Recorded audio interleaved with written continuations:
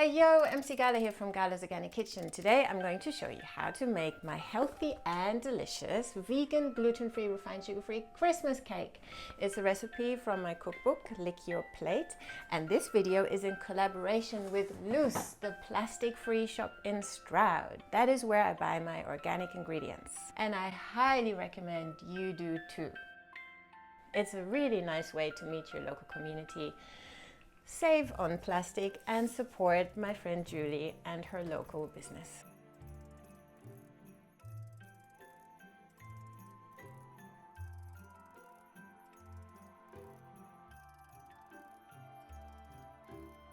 This Christmas cake recipe isn't one that you need to make in advance. You make it fresh for the moment when you need it. It's not one that you make 1 month before and put brandy on. This is a whole foods kind of cake, a macrobiotic kind of cake. Delicious. I can feel virtuous while I eat it. I've been feeling so disturbed and hopeless about what's going on in the world, and I wasn't sure whether making a cake is something that we need right now.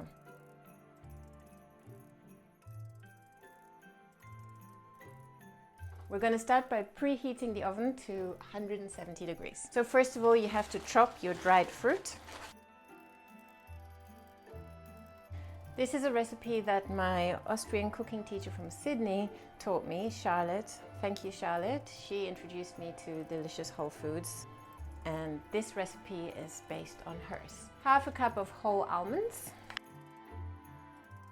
Now we're going to add the dry ingredients into a bowl, starting with 1 cup of ground almonds, almond meal, 1 cup of buckwheat flour, 3/4 cup of rice flour,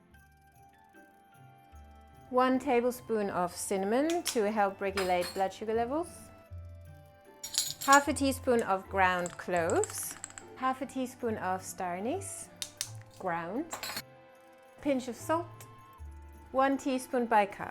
So this is where the sieving comes in handy because the bicarb is in lumps, and once you throw it through the sieve, you have no more lumps. Mix well so the spices are distributed properly.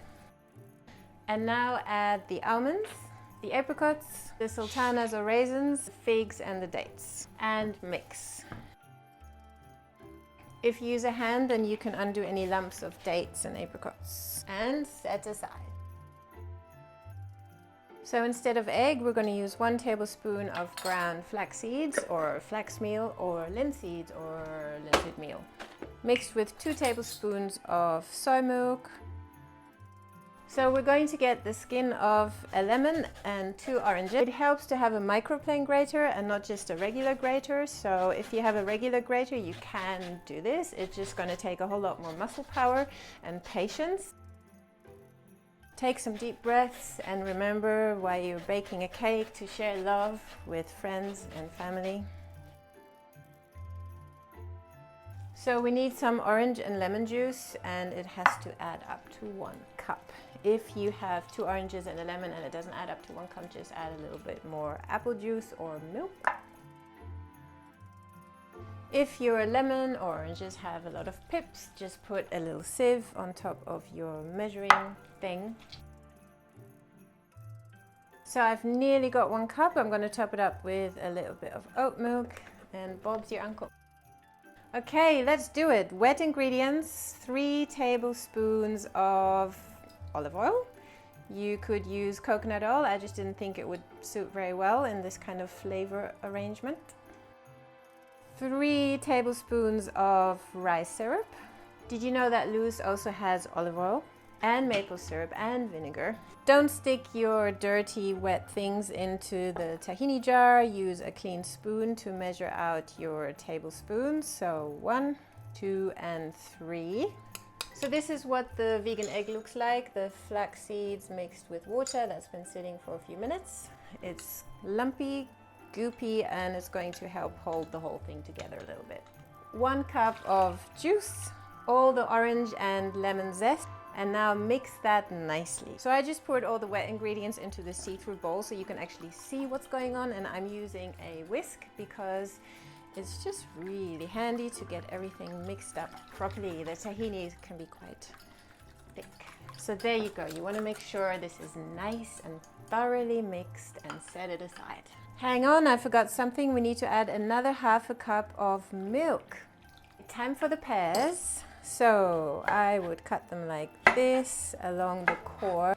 Eat that later. So here we go, chopped pears, nice and ripe. So the moment has come. You need either 2 loaf tins like this or one 20 by 30 meter baking tray. I like to line my trays like that. Have those ready to go. Okay, so dry ingredients, wet ingredients into the dry. Pears. And mix it all up.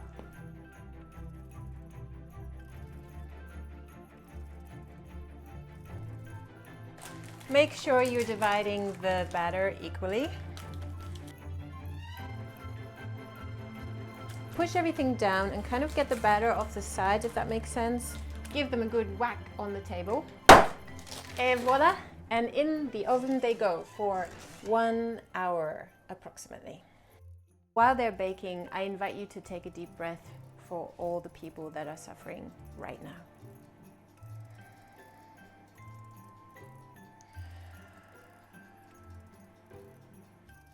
In the recipe it says, have a dance in the Christmas scents infusing your home.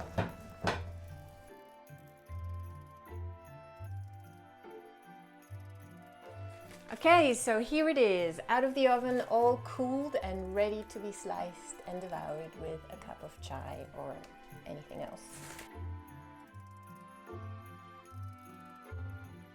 Yummy! Look at that. I love the almonds in there. Let's try it.